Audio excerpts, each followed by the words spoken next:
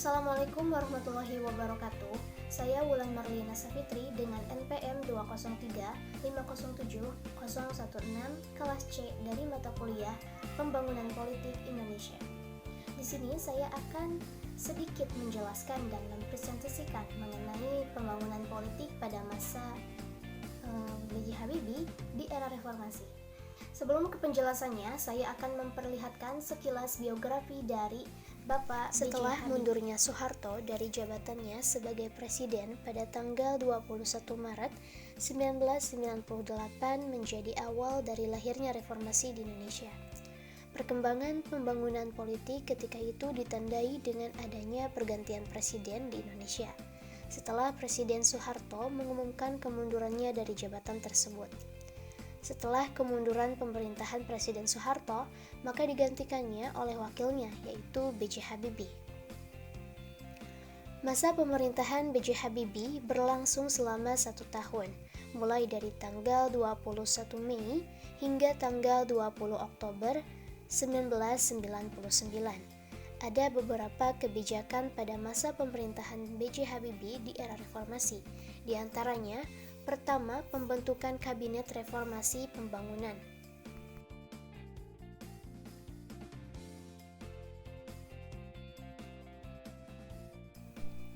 Sehari setelah dilantik menjadi Presiden Republik Indonesia, B.J. Habibie berhasil membentuk kabinet yang diberi nama Kabinet Reformasi Pembangunan.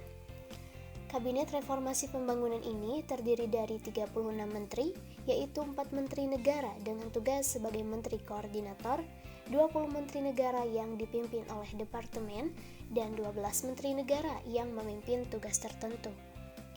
Dalam Kabinet Reformasi Pembangunan tersebut, terdapat 20 orang yang merupakan menteri pada Kabinet Pembangunan era Soeharto. Kabinet Reformasi Pembangunan terdiri dari berbagai elemen kekuatan masyarakat seperti ABRI, partai politik, unsur daerah, dan golongan intelektual. Kebijakan yang kedua yaitu pelaksanaan Sidang Istimewa MPR pada tahun 1998. Untuk mengatasi krisis politik berkepanjangan, maka diadakannya Sidang Istimewa MPR yang akan berlangsung dari tanggal 10 hingga 13 November 1998. Namun menjelang diadakannya sidang istimewa tersebut, terjadi peristiwa unjuk rasa dari para mahasiswa dan organisasi sosial politik. Kebijakan yang ketiga yaitu melakukan reformasi di bidang politik. Reformasi pada bidang politik yang telah dilakukan adalah dengan memberikan kebebasan kepada seluruh masyarakat untuk membuat partai politik dan rencana pelaksanaan pemilu untuk menghasilkan lembaga tinggi negara yang representatif. Kebijakan yang keempat yaitu pemilihan umum di tahun 1999.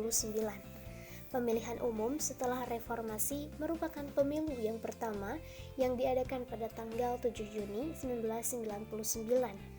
Pelaksanaan pemilu ini dianggap demokratis apabila dibandingkan dengan pemilu sebelumnya. Pemilu ini diikuti oleh 48 partai politik yang telah lolos dari verifikasi dan memenuhi syarat menjadi OPP atau organisasi peserta pemilu. Kebijakan selanjutnya atau kebijakan yang kelima yaitu pelaksanaan referendum Timur Timur. Kebijakan yang keenam yaitu reformasi di bidang ekonomi. Dalam menyelesaikan krisis moneter dan melakukan perbaikan ekonomi Indonesia, B.J. Habibie melakukan langkah-langkah antara lain, yaitu pertama, merekapitulasi perbankan dan menerapkan independensi Bank Indonesia supaya bisa lebih fokus untuk mengurusi perekonomian. Langkah kedua yaitu mengesahkan Undang-Undang Nomor 5 Tahun 1999 mengenai larangan praktik monopoli dan persaingan yang tidak sehat. Langkah ketiga yaitu mengesahkan Undang-Undang Nomor 8 Tahun 1999 mengenai perlindungan hak asasi manusia. Kebijakan yang ketujuh yaitu reformasi di bidang hukum. Untuk melakukan reformasi hukum, ada beberapa hal yang dilakukan dalam pemerintahan B.J. Habibie, yakni pertama, melakukan rekonstruksi atau pembongkaran watak hukum Orde Baru, baik berupa undang-undang, peraturan pemerintah, maupun peraturan menteri. Kedua, melahirkan 69 undang-undang. Ketiga, penataan ulang struktur kekuasaan kehakiman.